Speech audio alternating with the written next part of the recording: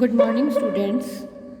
हम लोग आपके सामाजिक मानव शास्त्र के पेपर में आज चर्चा करने वाले हैं सामाजिक मानव शास्त्र की प्रकृति के बारे में। सामाजिक मानव शास्त्र की प्रकृति ठीक उसी प्रकार से समझाई गई है जिस प्रकार से मानव शास्त्र की प्रकृति, और हम मानव शास्त्र की प्रकृति को पहले समझ चुके हैं। सामाजिक मानव शास्त्र की प्रकृति को समझने से पहले हमें यह फिर से जानना होगा कि सामाजिक मानव शास्त्र को कहाँ स्थान दिया गया है। सर्वप्रथम इंग्लैंड में और फिर उसके बाद अमेरिका में मानव शास्त्र की ही एक शाखा को सामाजिक मानव शास्त्र कहा गया। इवांस प्रिचार्ड का कहना है कि जिसे इंग्लैंड में सामाजिक मानव शास्त्र कहा गया, यूरोपीय देशों में उसे प्रजाति विज्ञान या समाजशास्त्र कहा जाता है।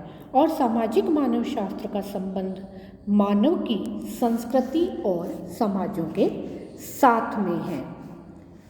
जब हम इसकी प्रकृति की चर्चा करते हैं तो सबसे पहले हमें वैज्ञानिक कार्ल पियर्सन की यह पंक्ति ध्यान में आती है कि जितने भी विज्ञान हैं, सभी विज्ञान, उनकी एकता केवल उसकी पद्धति में है, ना कि उसकी विशेष सामग्री में है। यानी कि उस विज्ञान का अध्ययन, उस विषय का अध्ययन किस पद्धति द्वारा, किस मेथड द्वारा किया जा रहा है।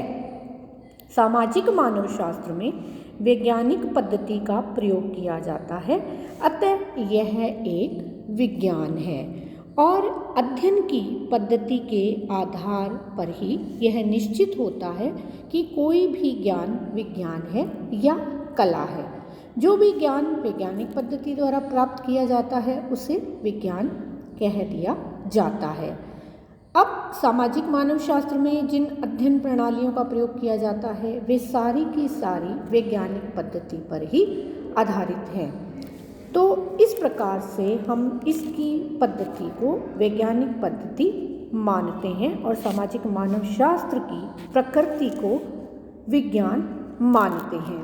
जब भी हम कभी वैज्ञानिक पद्धति की चर्चा करते हैं तो प्रकृति की चर्चा करते हैं तो उसके कुछ बिंदुओं की हम बात करते हैं। सबसे पहले कि वैज्ञानिक पद्धति क्या है। वैज्ञानिक पद्धति वह है जिसमें हम सामाजिक विधियों का प्रयोग करते हैं, अध्ययन की विधियों का, जिसमें हम अवलोकन को काम में लेते हैं, साक्षात्कार को काम में लेते हैं और अनुसूची या प्रश्नावली का प्रयोग करके तथ्यों का संकलन करते हैं। सामाजिक मानव शास्त्र के अंतर्गत प्रमुख रूप से हम क्या करते हैं, सहभागी अवलोकन पद्धति को प्रयोग में लेते हैं।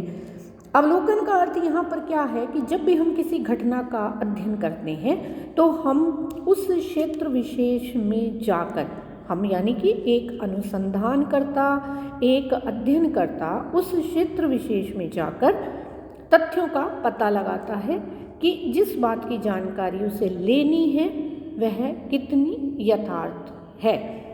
तो अवलोकन जो है वो आंखों द्वारा देखकर तथ्यों को एकत्रित करने की पद्धति को कहा जाता है। और सहभागी अवलोकन, अनुसंधानकर्ता जो है वो अध्ययन किए जाने वाले लोगों के बीच में रहता है काफ़ी लंबे समय तक। यह समय 6 महीने, साल, 2 साल या उससे भी अधिक हो सकता है। उनके विभिन्न कार्यक्रमों में भाग लेता है, सूक्ष्म रूप से उनका अध्ययन करता है, अवलोकन करता है और वह उनकी सामाजिक संरचना को समझने का प्रयास करता है। यानी कि हम कह सकते हैं कि जो भी अध्ययन करता, अनुसंधान करता, अवलोकन करता है वह पक्षपात रहित होकर उस समूह के बीच में रहता है और फिर अपने अध्ययन का कार्य करता है। जैसा कि मैं पहले आपको बता चुकी हूँ कि इसमें एक अनुसंधानकर्ता अनुसूची, प्रश्नावली, व्यक्तिगत जीवनियों, सामुदायिक अध्ययन पद्धति को काम में लेता है। इसके बाद हम देखते हैं कि इसमें क्या है का अध्ययन किया जाता है, कैसे, क्यों, क्या होगा की स्थितियों को देखा जाता है।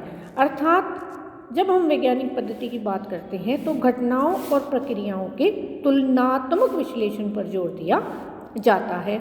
और सामाजिक मानव शास्त्र में विद्यार्थियों, तुलनात्मक विधि बहुत महत्वपूर्ण स्थान रखती है। जब हम सामाजिक मानवशास्त्र की विधियों, अध्ययन विधियों की बात करते हैं तो उसमें तुलनात्मक विधि पर जोर दिया जाता है। तो जितने भी अध्ययन हैं या जिन भी सामाजिक सिद्धांतों का प्रतिपादन किया जाता है, वे सभी सामाजिक मानवशास्त्र में कहा जाता है सार्वभौमिक प्रकृति के होते हैं, और जब भी उनकी किसी व्यक्ति द्वारा जांच, परीक्षण, पुनः परीक्षण जो है वो किया जा सकता है और उनकी सत्यता को प्रमाणित किया जा सकता है। कार्य कारण संबंधों की व्याख्या जो है वो भी इसके अंतर्गत की जाती है और यह बतलाने का प्रयास किया जाता है कि घटनाएं किस प्रकार से घटित होती हैं, कैसे घटित होती हैं। यहाँ पर क्या है, कैसे है, क्यों है का उत्तर दिया जाता है, क्या होना चाहिए पर भी कोई चर्चा नहीं की जाती, अर्थात कार्य और कारण संबंधों की चर्चा की जाती है। तो इस प्रकार से यह विज्ञान की श्रेणी में आता है। अवलोकन पद्धति यानी अवलोकन द्वारा तथ्यों का एकत्रीकरण किया जाता है। तत्पश्चात तथ्यों का वर्गीकरण यानी एक जैसे तथ्य एक वर्गों में रखे जाते हैं और उसके बाद उनका विश्लेषण जो है वो किया जाता है। फिर तथ्यों का सामान्यीकरण किया जाता है और सिद्धांतों की बात की जाती है। सिद्धांतों का निर्माण, उनकी सार्वभौमिकता, उनका परीक्षण इत्यादि किया जाता है। एक बात और यहाँ पर ध्यान रखने योग्य है कि जब हम विज्ञान की बात करते हैं तो हम कहते हैं विज्ञान में भविष्यवाणी करने की क्षमता होती है, वो प्रेडिक्ट कर लेता है कि आने वाले समय में क्या होगा। तो क्या सामाजिक मानवशास्त्र भविष्यवाणी कर सकता है? तो इसका जो उत्तर है वो हाँ में होता है कि हाँ, सामाजिक मानवशास्त्र में जब हम अध्ययन करते हैं क्षेत्र विशेष में तो हम भविष्यवाणी भी कर सकते हैं। तो यह भी इसकी एक विशेषता के रूप में आता है। अब सामाजिक मानवशास्त्री की जो प्रयोगशाला है वह एक बंद कमरा नहीं है, क्योंकि वह क्षेत्र विशेष की घटनाओं में अपने अध्ययन करता है और सिद्धांतों का निर्माण करता है। सामाजिक मानवशास्त्री जो है उसकी प्रयोगशाला, उसकी लैबोरेटरी पूरा संसार ही है। वह स्वयं उस स्थान और लोगों तक पहुंच जाता है जिनका उसे अध्ययन करना होता है, और किसी भी विषय को विज्ञान कहलाने के लिए यह आवश्यक नहीं है कि उसमें मापने की क्षमता हो, क्योंकि ग्रीन कहते हैं कि विज्ञान और मापन के बीच में वास्तव में कोई प्रत्यक्ष संबंध नहीं होता। अब हम देखते हैं कि मानव का व्यवहार जो है वो हर स्थिति में बदलता रहता है। एक ही स्थिति हो तो भी दो मानव खड़े हों, वो एक जैसा व्यवहार नहीं कर सकते हैं। मानव व्यवहार का अध्ययन करने वाले यह अनुभव करते हैं कि हम इसकी नियमितताओं के आधार पर भविष्यवाणी कर सकते हैं, लेकिन मानव व्यवहार जो है वो बहुत जटिल प्रकृति का होता है, तो उसके संबंध में काफ़ी जटिलताओं का, अध्ययन में जटिलताओं का सामना करना पड़ता है। पर जैसे जैसे मानव व्यवहारों के संबंध में हमारा ज्ञान बढ़ता जाएगा, उसके साथ ही भविष्यवाणी करने की हमारी क्षमता का विकास भी होता जाएगा। अब यह बात सत्य है कि सामाजिक विज्ञानों में भौतिक विज्ञानों की तुलना में कम यथार्थता पाई जाती है, इसलिए हम जो है कि इसकी कुछ आपत्तियों को भी लेते हैं कि सामाजिक मानवशास्त्र में वैश्विकता का अभाव रहता है। व्यक्ति जो है, जो भी अध्ययन करने वाला है, वो ऑब्जेक्टिविटी के साथ अध्ययन नहीं कर पाता, उसकी अपनी भावनाएं, जो विचार हैं वो उस अध्ययन में शामिल हो जाते हैं। लेकिन इस सारे विवेचन के बाद भी हम कहते हैं कि सामाजिक मानवशास्त्र एक विज्ञान है और इसकी प्रकृति वैज्ञानिक है। यहीं पर हम सामाजिक मानवशास्त्रीय परिप्रेक्ष्य की चर्चा भी करते हैं। परिप्रेक्ष्य पर्सपेक्टिव अर्थात दृष्टिकोण, नजरिया, तरीका किसी भी घटना, किसी भी परिस्थिति को समझने का, अर्थात किसी भी व्यक्ति के मूल्य, विश्वास और अभिवृत्तियाँ जिनके अनुसार वह परिस्थिति या घटना का अवलोकन करता है वह परिप्रेक्ष्य कहलाता है। यानी एक ही घटना को अलग अलग तरीके से व्यक्ति जो है वो अपने तरीके से उसके अर्थ लगाते हैं, वह उसका अपना दृष्टिकोण होता है। तो इस प्रकार से हम यह देखते हैं कि किसी भी घटना को समझने के नज़रिए को हम परिप्रेक्ष्य के अंतर्गत रख सकते हैं। जब हम इसके परिप्रेक्ष्य की बात करते हैं तो हम देखते हैं कि प्रथम जो परिप्रेक्ष्य है उसमें मानव शास्त्र की शाखा और सांस्कृतिक मानव शास्त्र की उपशाखा के रूप में इसका अध्ययन किया जाता है, जिसमें टाइलर, हॉब्स, बील्स, हाइजर इत्यादि थे। ये लोग जो थे ये संस्कृति और रीति रिवाजों के अध्ययन की ओर प्रेरित थे, या इन्होंने इस तरह के अध्ययन किए। संस्कृति जैसे हम जानते हैं कि हमारे जीवन जीने का एक ढंग जो है, एक शैली जो है, वह संस्कृति कहलाती है, और प्रत्येक समाज की अपनी एक संस्कृति होती है जिसके अनुसार वे व्यवहार करते हैं। जो द्वितीय संप्रदाय है वो मानव शास्त्र को समाजशास्त्र की एक शाखा मानता है, जिनमें मॉर्गन, स्पेंसर, दुर्खाइम, रैडक्लिफ ब्राउन इत्यादि थे।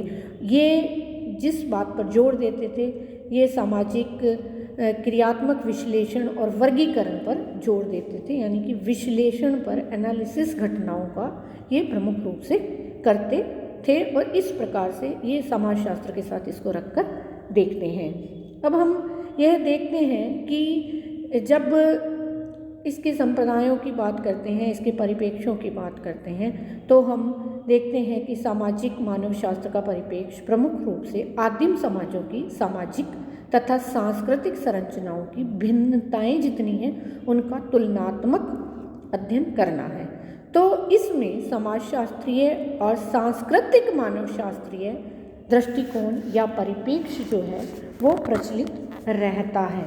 तो सामाजिक मानवशास्त्र जो है वो आदिम संस्कृतियों का अध्ययन तो करता ही है, और साथ ही साथ यह आधुनिक और सभ्य समाजों को समझने का प्रयास भी करता है।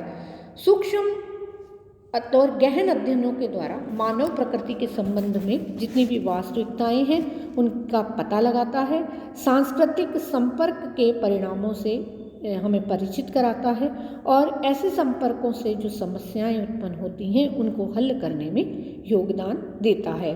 सामाजिक संरचनाओं, व्यवस्थाओं और संस्थाओं का तुलनात्मक अध्ययन करता है, मानव प्रकृति और मानव संबंधों के अंतर्निहित नियमों का पता लगाने में सहायता प्रदान करता है। तो इस प्रकार से हम सामाजिक मानव शास्त्र की प्रकृति को समझ सकते हैं। धन्यवाद।